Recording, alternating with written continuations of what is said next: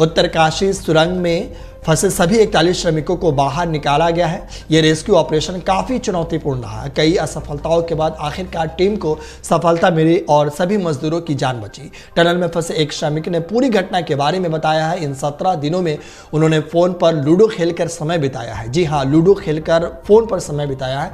Tunnel में आने वाली पानी से स्नान किया, मुरमुरे और इलायची से अपनी भूख को मिटाया। झारखंड के खूंटी जिले के रहने वाले चमरा उरांव के मीडिया रिपोर्ट्स के बातचीत में ये पूरी घटना के बारे में जानकारी दी है। उरांव ने कहा कि ताज़ी हवा की गंध एक जीवन की तरह महसूस हुई। उन्होंने 41 मजदूरों को बचाने का श्रेय 17 दिनों तक अथक प्रयास करने वाले बचाव कर्मियों और ईश्वर को दिया है। उरांव ने कहा, जो हार हम अच्छे हैं, हम भगवान में विश्वास करते हैं और इससे हमें ताकत मिली।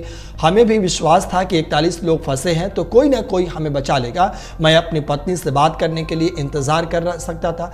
3 घंटे खूंटी में मेरा इंतज़ार कर रहे। उरांव ने कहा कि यह प्रतिमाह 18,000 रुपये कमाता है।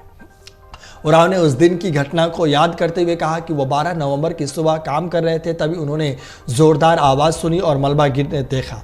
उरांव ने कहा कि मैं अपनी जान बचाने के लिए भागा लेकिन गलत दिशा में फंस गए। जैसे ही ये पता चला कि हम लंबे समय के लिए फंस गए हैं तो हम बेचैन हो गए, लेकिन हमने मदद के लिए चुपचाप प्रार्थना की। मैंने कभी उम्मीद नहीं खोई। उरांव ने आगे कहा कि करीब 24 घंटे बाद अधिकारियों ने मुरमुरे और इलायची के बीज भेजे। उरांव ने कहा कि जब हमने पहला निवाला खाया तो हमें लगा कि कोई ऊपर वाला हमारे पास आया है। हम बहुत खुश थे। हमें आश्वासन दिया गया था कि हमें बचा लिया जाएगा, लेकिन समय गुजरने की ज़रूरत थी, इसलिए हमने खुद को फ़ोन पर लूडो में बिताया।